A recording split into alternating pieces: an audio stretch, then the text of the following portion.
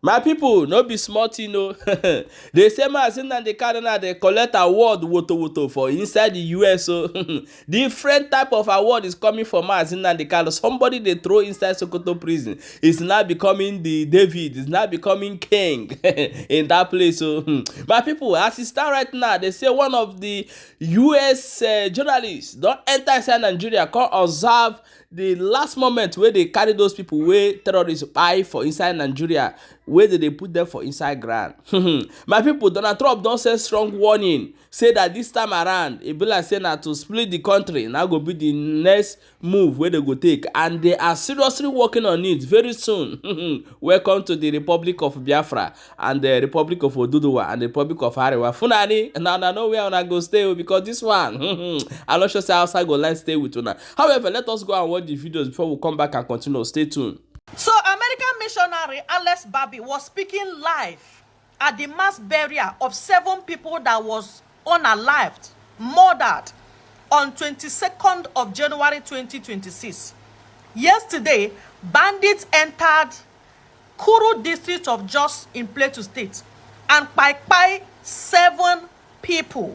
Today, live while the burial was ongoing, an American missionary was there while Reverend Ezekiel Dachomo blows hot.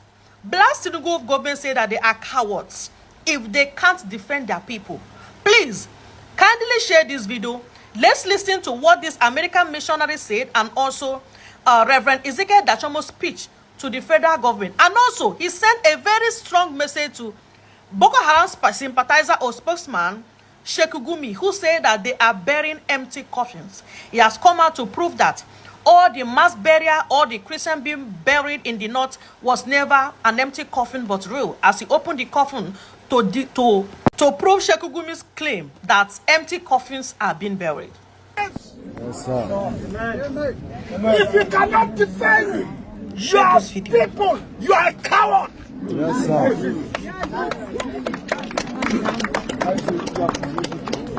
Do something. Prepare yourself for self-defense. I'm going to finish up with this.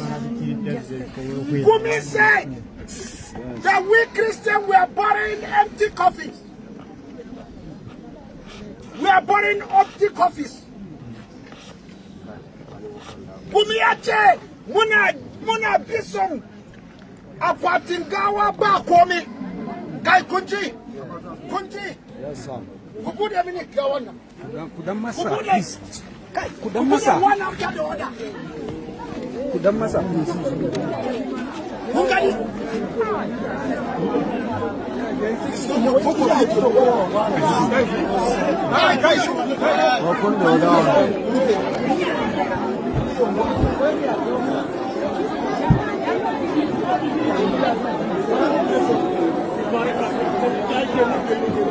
Is it an empty coffee? No. Eh? No.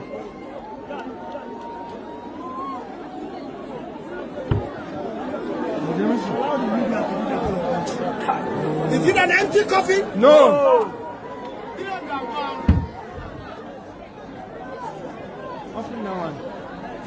Is it an empty coffee? No. Hey. Oh, Hello. it's sad. Hello. Hey.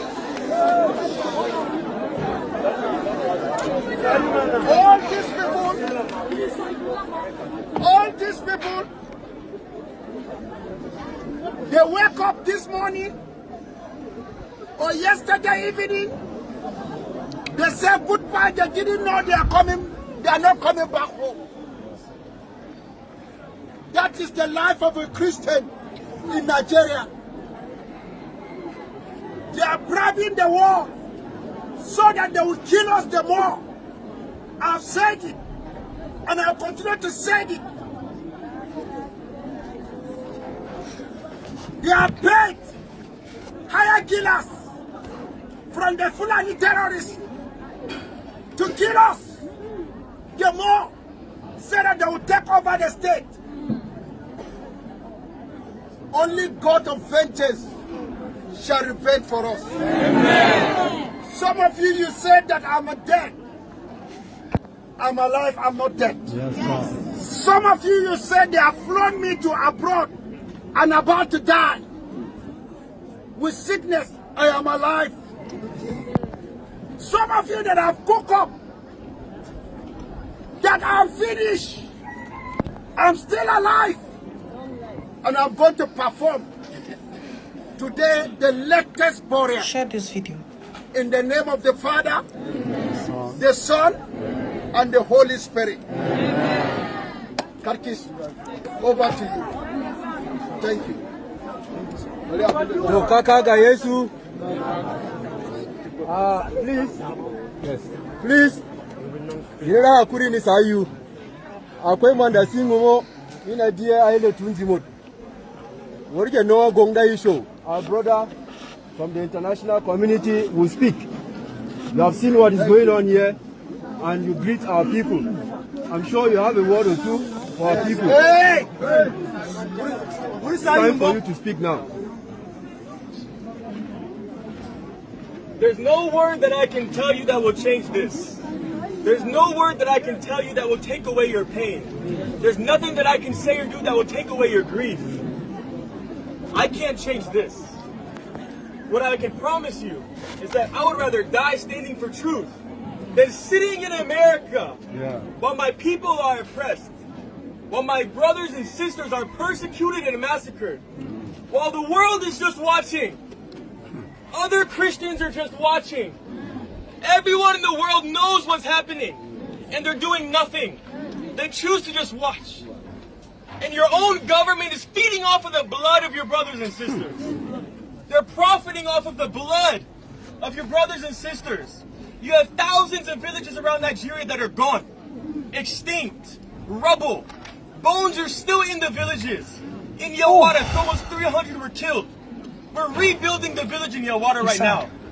Bones are still on the ground. But the governor says there's no genocide. The one who claims to be a Christian. No genocide. While people are massacred. While blood is being poured out. And so what I call to you guys is, it's not going to start with the ones abroad. It's going to begin with the people here in Nigeria to take a stand. You have to have the boldness and the courage to stand for truth. And that will mean that people will suffer because of it. But the only way that change will happen is if the people stand up. If the people fight. If the people act in self-defense. For how many years will you accept being killed? For how many years will you see your own be beheaded? How many villages need to be burned down to the ground? At some point you need to do something. And what I can promise, even if it's only me, is that we will stand for truth. The U.S. and the world will know what is happening. They will know that these caskets are not empty. Thank you. They will know that the people in Kaduna who were kidnapped, they were kidnapped. It's not false. It's the truth. And so we have to stand for truth. And I promise on behalf of myself, whatever it leads to, that truth will be told. I'm not a reporter. I do mission work. We go to the villages that are afflicted to be with the people. And it breaks my heart to see what is happening to you. It crushes my heart. But I would rather be no place than alongside you. Standing for the truth. Standing up for what is being done that is so evil and wrong in Nigeria. And so I promise on my end, I will fight for you. And I will fight with you, and I will fight alongside you. And what I encourage you is to not let this take your eyes away from God. Don't let this destroy your heart for God and following Him. But let it push you closer to Christ. Because the Lord promises that He will never leave nor forsake you. That He goes before you, He is with you, He is behind you.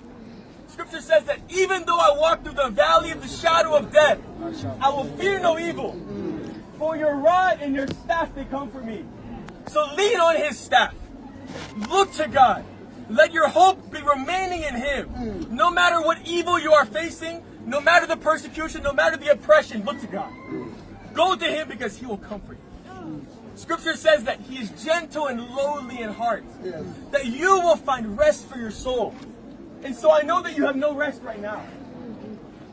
But I challenge you to go to God. Look to him for rest. Look to him for comfort.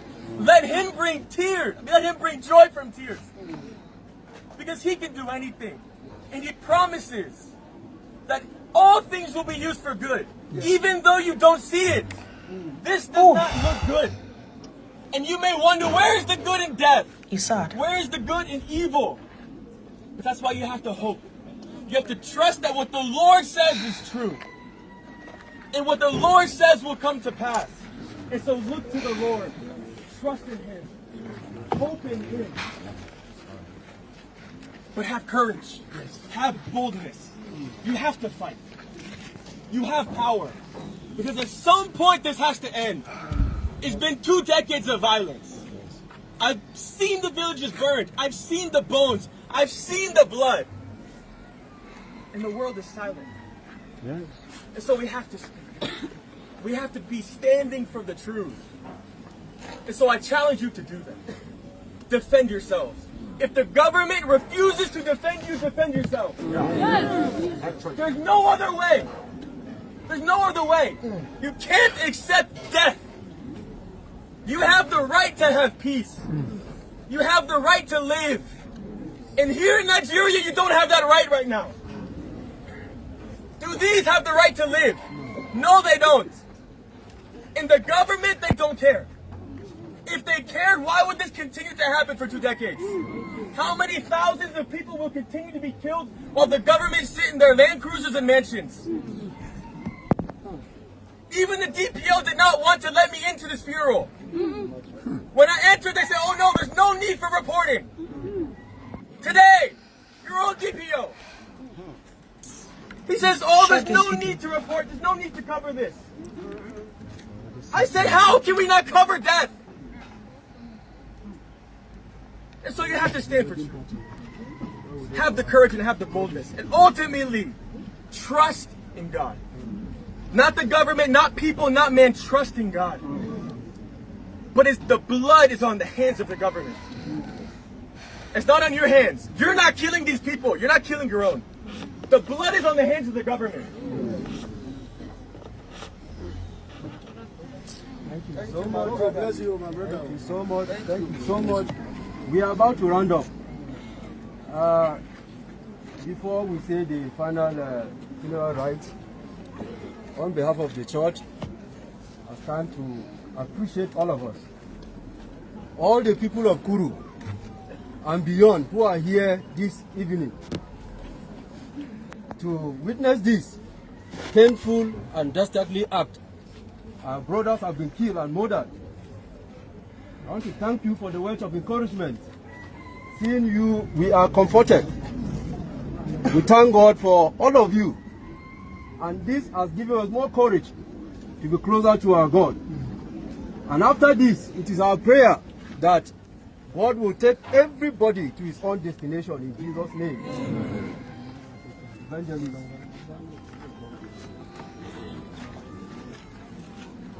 So, at this juncture, I welcome all clergymen and from different denominations. It's sad. Come to worship God together and to pray for our brothers and sisters. May God.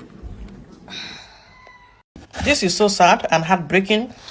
All these things are happening in our country where we have governments or democratic duly elected leaders. They don't care. Even as of today, the government has not even responded as regards to, this mass burial, people that are being killed. I think at this point, all of us need to stand and defend ourselves because the government aren't doing nothing. And the government also should just give us, pass a law or sign into a law that, citizens have a right to defend themselves. Let's start defending ourselves because we can't just sit down, fold our arms and being unalived in our own house, in our farm, in our church, in the market, anywhere. Nowhere is safe. The people that were the 177 people that was kidnapped on 18th January 2026 was literally in the church, inside the church, at the place of worship, worshiping God, praising God. And by constitution, every citizen of this country has a freedom of religion, freedom of faith, freedom of serving any God you want to serve. It's not a crime to be a Christian in Nigeria, the same way it's not a crime to be a Muslim in Nigeria. Nigeria is not an Islamic country, it's not a Muslim nation.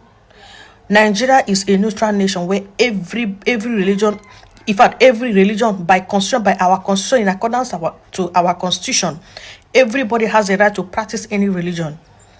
So you shouldn't impose or try to impose your religion on people in the name of jihad or whatever you call it. It's embarrassing that the government is not even taking any action. And at the same time, I'm so pleased, I'm so happy, I'm so fulfilled that now a U.S. American missionary was left there where the burial was ongoing. He confirmed it. It's no longer Emeka Umambalansi, the screwdriver trader, a screwdriver seller at Onitsha Main Market, as New York Times earlier, announced that U.S. relied on an intel or relied on Emeka Umambalansi from Onitsha selling screwdriver before a strike. We know all these things are just propaganda and the lobbies at work. Of course, they have to do the job they are being paid for. $9 million US is not small money. So they have to pay the job, do the job they are being paid for. But linking Igbos to US strike in North, linking Igbos is very, very bad. US should just do the job and the assignments they had, or the agreement or deal they had with the federal government of Nigeria, and stop linking Igbos to that. Besides, Igbos are not even treated as citizens of this country. They are being marginalized for decades after the Civil War. And exactly what happened, linking Igbos to a strike in Sokoto, is exactly what happened in 1966, the Civil War, where they turned into Igbo War or Biafra War. Because of this conspiracy, again, it happened in 1966. We will not let this happen again. Igbos will never be used as a scapegoat to fulfill any of the agenda or propaganda. Igbos say no to be used as a scapegoat to fulfill any of the agenda. They should play their politics, do whatever they want to do better, and leave Igbos out of any fucking shit they want to do. Igbos has no hand on US airstrike in Sokoto or in bandit or ISIS cap. US, according to the US President Donald Trump, they strike and bomb terrorist camp. Why did they link Igbos and the intel upon all the... In fact, in the world, US has one of the best intelligence agency in the world. And the same people relied on a screwdriver seller, on a cheap screwdriver seller, relied on him to get information as an intelligence agency. We all know all these are just cooked up story, to divide us. This is just real politics being played, and I'm so happy Nigerians didn't buy this. We are getting there, because by now I believe that there will be a total chaos in Igbos living in Sokoto, especially where US were bombed. I believe they would have started buying our people living in there, in the name that, oh, because of you, they bombed our country, our house, and all of that. But I'm happy ever since that this news broke out on social media. We haven't heard any violence towards Igbo in the North, which shows that Nigerians are now united. We are getting wise, and we can't be divided with this their cheap politics of division. And we know that is APC modus operandi. It worked perfectly on them. That was the key point in 2023. And Nigeria will never let politicians use division to divide us in order to have their way. To the glory of God, on this very faithful day, January 23rd, 2026, right here in the city of Lawrenceville, Georgia, Gwinnett County. I'm here with State Representative Gabe Okoye, presenting an award to Mazi Nnamdi Kanu, being received by our own ambassador. And we have our captain here among us here, and I'm so grateful to be to the glory of God. I'm just so happy to be here with this occasion. We thank God for the presentation again by Representative Gabe Okoye and Captain, tell me your name again. Captain Ezekiel in attendance, and yours truly, Kenneth, will be here in attendance. Amen. On this wonderful day, January 23rd, 2026. God bless you. Thank you so much. My people, just watch as it take the happen. Oh. Play. We are already in the land of Biafra. You know, say wetin they do Nigeria, we say they buy them, then they spend money in other way to cover the things where they don't do. But as it start right now, those money where they spend, you know, they work again.